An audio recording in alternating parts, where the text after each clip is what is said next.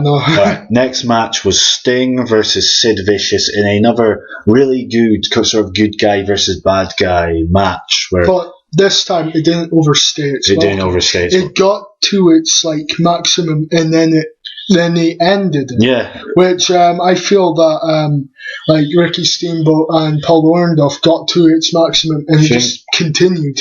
You can't get any higher than the point that you're at. The thing I've got to say about Sting is that a lot of people want him to go to WWE, so that WWE can more or less it's about a legacy. It's about a legacy, yeah. People more or less want Sting to beat to lose to the Undertaker at WrestleMania. I don't think Sting necessarily needs to go to WWE. In my opinion, I think there's a better legacy in being one of the only people to be a big star and not go to WWE than it is to go to WWE and get beaten by the Undertaker. WWE would end up ruining his legacy as well. It doesn't really make much of a difference. Yeah, granted, Undertaker is a good wrestler. Yeah. He's one of the best wrestlers in the world of pretty much of all time. Well, yeah. Sid lost the match due to heel miscommunication when the manager stupidly thought that his boot was Sting's boot. Careless. I didn't quite get that, but Zap, looks like it just came from Zap. Just stupid, foolish manager. Go back to KFC, boy. I'm sure No, nothing happened after the match. It looked like they broke up though. Sid Vicious and his manager broke up. So it was oh, not sure. They didn't actually break up. It looked like that.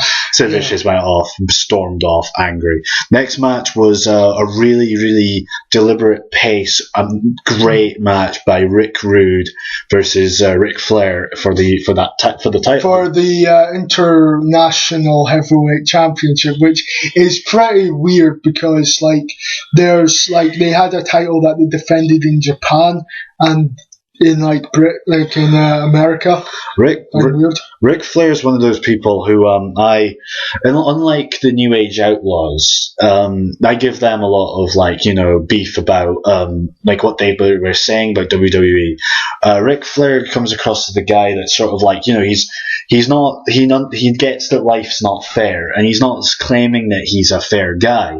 But when he was in TNA, he never made fun of WWE, and it was kind of obvious that Ric Flair was only going to be in TNA for a brief moment. For a limited amount of time. Yeah, the only thing that I didn't really like Ric Flair in TNA was the fact that he got naked half the time. We did not need to see a old man's ass. I feel that he should not have wrestled at all in TNA. No, personally. If he was a manager, that would have been fair. That would have been fine, yeah.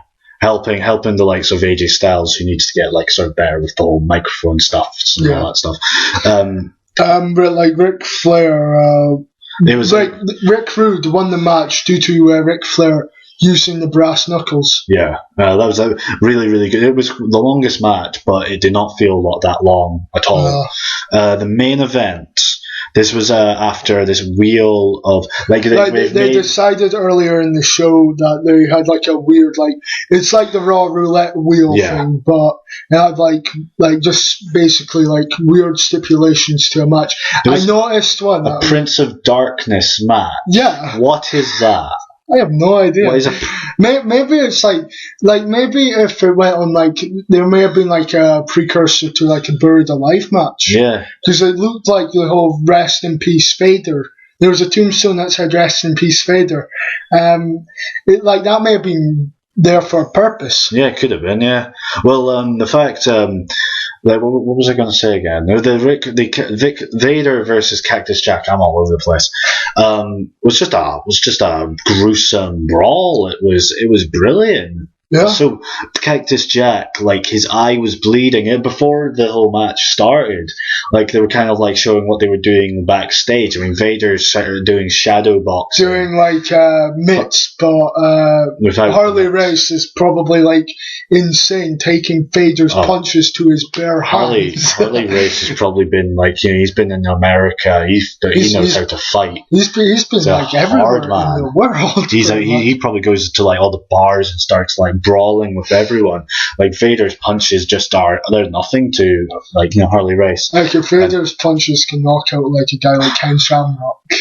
Cactus Jack sitting in the back going, just say, "You can't hurt me. You can't hurt me." Yeah, the build up to this match was was really good. It was it's like something that doesn't happen nowadays. No, it doesn't. It gave a bit of mystique with what stipulation is it going to be? I hope it's is it going to be a cage match? And I'm sure that they didn't know themselves what was going to happen. Didn't look like they did know, which made it that much better. During the match, Cactus Jack's eye is bleeding. The top of his eye is just blood. I don't even know how he'd be able to see. And Vader got his face busted open also. Fell. I can't quite remember how that happened. I don't think it showed actually. They went underneath the stage. But I'm sure this is the first match. This is probably the earliest point in time. That's out of Japan. Yeah. That they took our table into the ring and tried to use it. Had the Japanese table. That's for the boxing. That must be did not break. Yeah, that must be the strongest table ever. To not break with Vader running into full pelt as well, just launching himself into it and just not managing to break it. Yeah. Vader, it's a shame for him, the fact that he had to. What was it? It's a shame that he didn't get a good deal, in WWE. Exactly, he was the picture perfect monster that Vince McMahon loved at that time. But they just didn't utilize him. He's more of a monster in WCW. I mean, I would have been scared of him in WCW. Yeah, if I was a kid live, I'd be like, oh, WWF, I hope he doesn't hurt anyone. WWF, he was just a pansy kind of thing. It's just mask versus mask against Kane. It's the mask doesn't even cover Vader's face. I know, and he took the mask off during this just match. right at the start. He's you came in with the mask, took it off. Why wear the mask? Rules of a Texas death match was it's kind of they would pin, wait for 30 seconds, which was the quickest 30 seconds ever, and then they would count to 10. And it ended with Cactus Jack getting a taser to his knee. But they were both down. It was during the rest period that Cactus Jack DDT'd Vader onto the chair. Because Vader before DDT'd and Cactus Jack just got his revenge. And then Cactus Jack stood up.